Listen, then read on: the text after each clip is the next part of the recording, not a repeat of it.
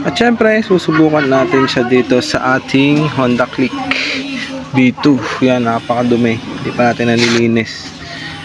Titingnan natin kung ano performance niya, pero sure ako maganda to. Yan. Okay, testing na natin. Let's go. Kaya na dry na natin mga boss.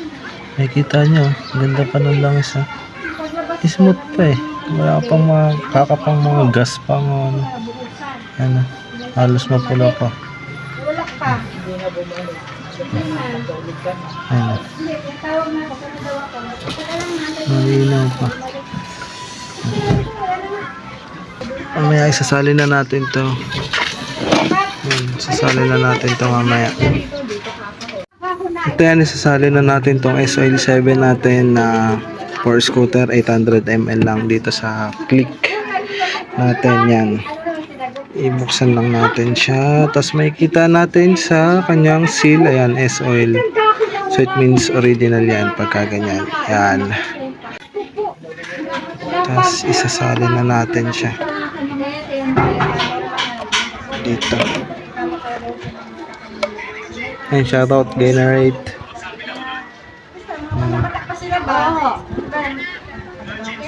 Lahat na yan, pero konti-konti.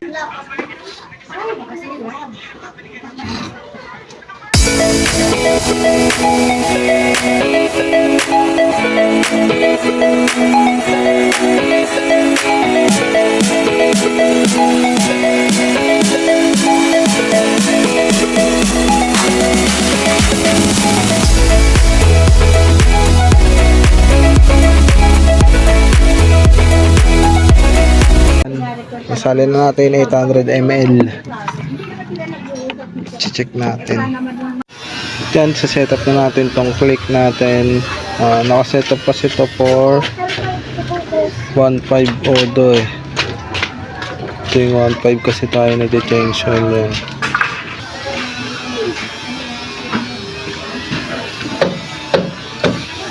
Every 1.5 tayo nag-change oil. Ano, every 1.5.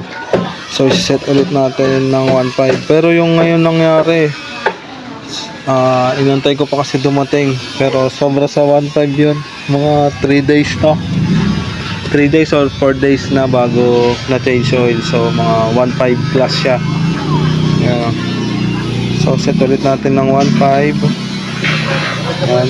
Patay lang natin. Patay lang natin. Ganun lang ginawa ko. Di ba nakapatay siya kanina para mawala yung oil change. Nawala na yung oil change siya na. I-hold nyo lang to, tapos tsaka nyo buksan, tapos antayin nyo lang mawala.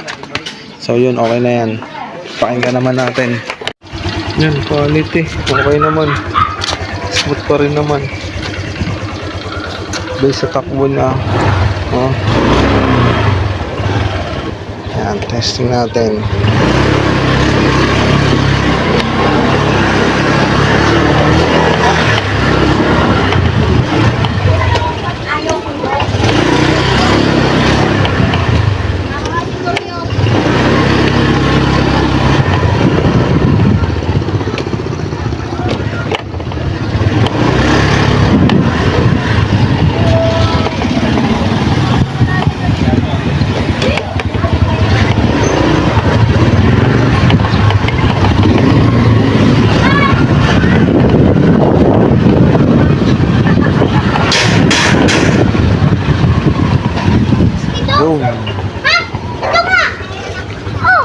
So yun, okay naman siya.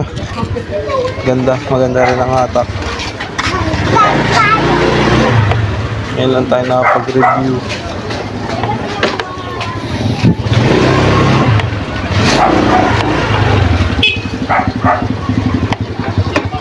So yun, thank you.